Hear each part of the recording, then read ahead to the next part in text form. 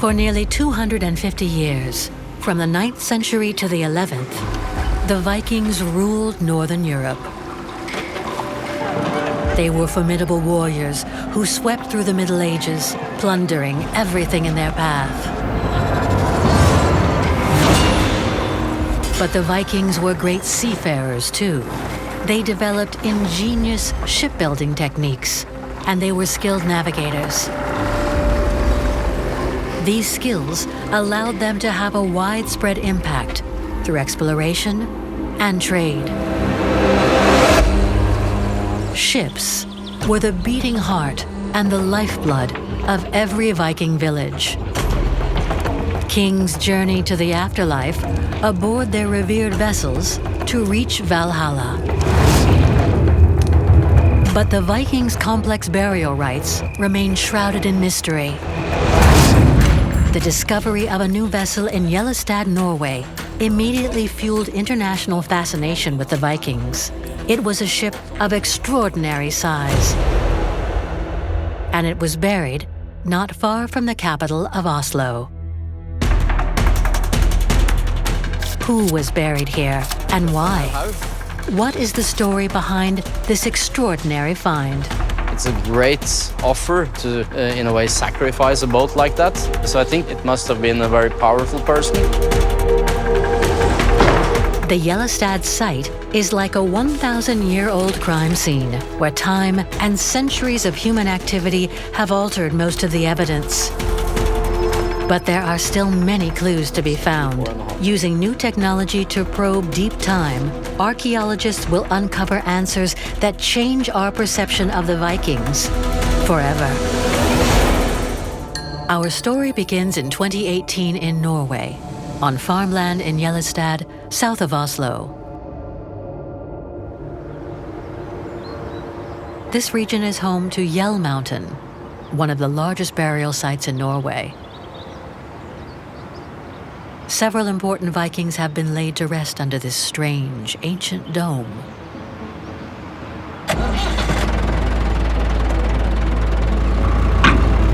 But archaeologists suspected that more remains were still buried underneath the mound, so they began a new assessment. Non-invasive technology called GPR was used to survey the site. Electromagnetic waves enable scientists to see the outlines of things buried for centuries. When the shape of a boat became clearly visible, everyone was surprised. After this incredible discovery, the Museum of Cultural History at the University of Oslo launched a new excavation in June 2019. Christian Rodsrud was the archaeologist in charge. You can see that the boat extends from that point in the south to that one in the north, where the bow of the boat is. So the vessel is approximately 20 meters long.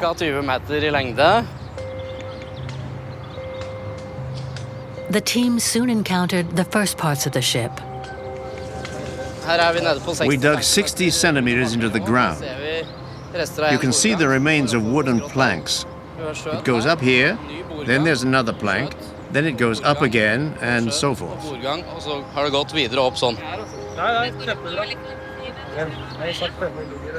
The GPR revealed the vessel's backbone, the keel. Now Christian needed samples to determine how deep they would need to dig. There, we found some wood. The deepest part of the ship's keel is 30 inches deep. So the upper parts of the boat had likely been destroyed during the hundreds of years of agriculture on the land. But it's still a tremendous discovery, an unknown ancient boat buried beneath this fertile field.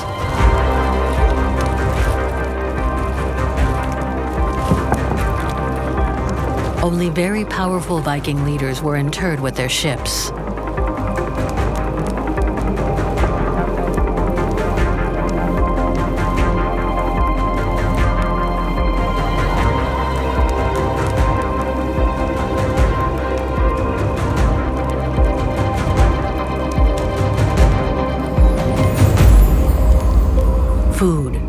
ornaments, jewelry, and even animals often accompanied the deceased for their final journey. A funeral chamber was built around the body. And finally, the huge coffin would be covered with earth and branches. Before the Gjellestad boat was discovered, only 3 other ships of similar size had been found in Norway. The Gjellestad in 1880, the Tuna in 1867, and the Oseberg in 1903.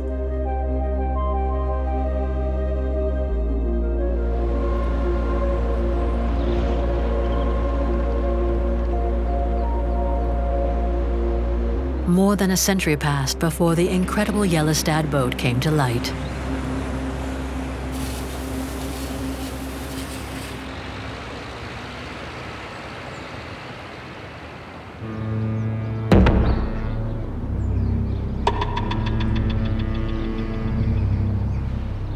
The Gjellestad, Tuna, and Oseberg ships are on display at the Viking Ship Museum in Oslo.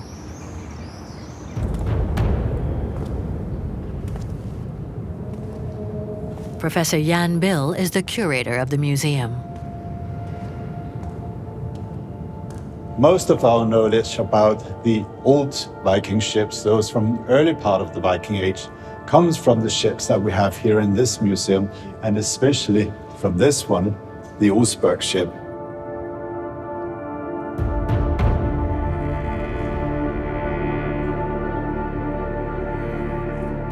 The Oseberg ship is the best preserved Viking ship in the world, and it's also the oldest one that we can really study in detail, at least until now.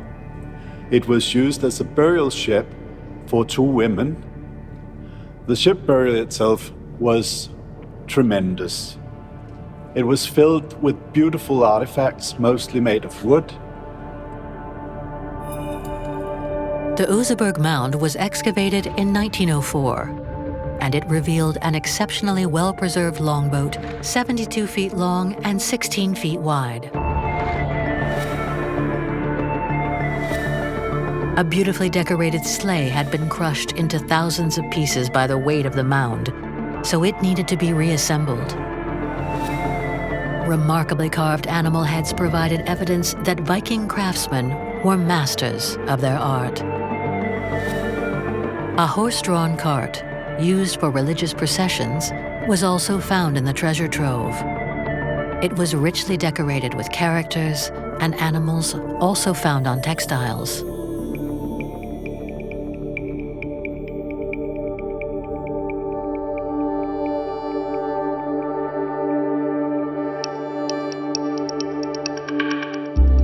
The carvings on the bow and stern of the Oseberg boat are the most intricate and fantastic ever found on a Viking ship.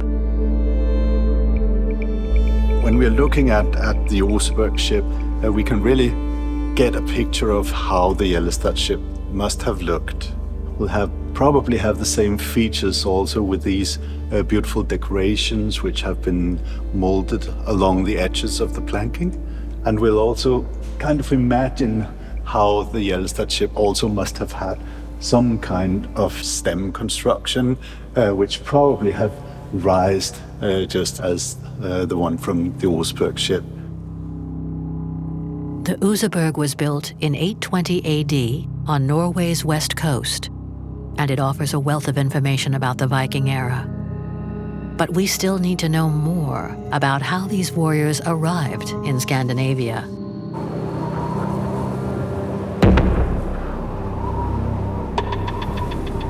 The investigation moves to northern Norway in Tromsø, in the Arctic Circle.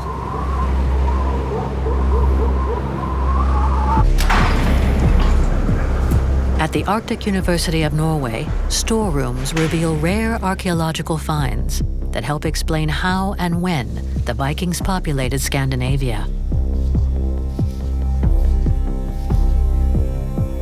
This is a paddle, and it's one of the earliest boat finds we have from northern Norway. It's about 2,500 years before Christ. And here's another paddle from almost exactly the same age. And this was found in northern Troms, to the north of Tromsø.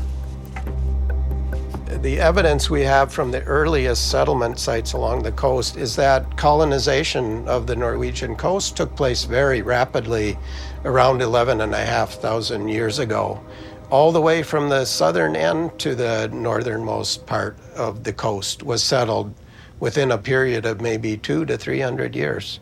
So it's a amazingly rapid colonization. This was after the glaciers receded from the shoreline so that people could travel along the coast. But when their focus was so much towards the ocean, they didn't need that much land. So even though the ice may have been close to the shoreline, using their boats, they could travel rapidly and use the marine resources.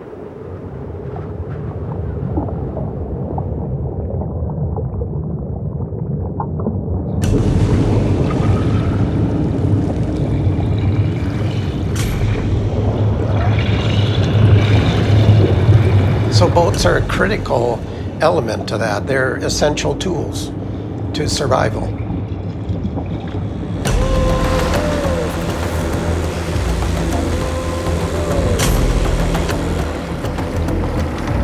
The Vikings perfected their navigational skills throughout the 8th century to become extraordinary seafarers. Paddles quickly became powerful oars, capable of propelling larger and larger ships.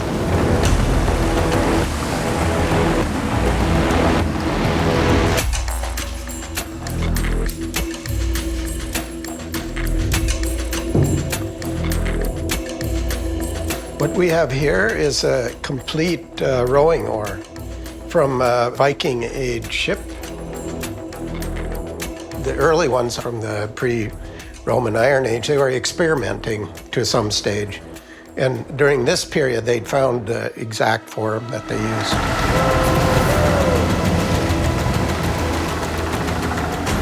These are revolutionary things that changed the whole approach to using boats and their potential and what they could accomplish.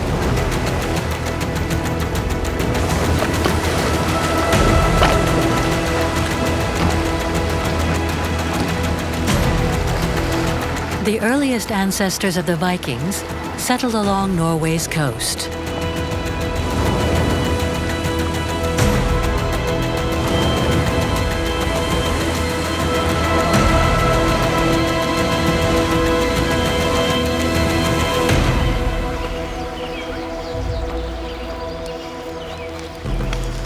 By the 8th century, the Vikings were capable of exploiting everything the ocean had to offer, including fish, marine mammals, and crustaceans.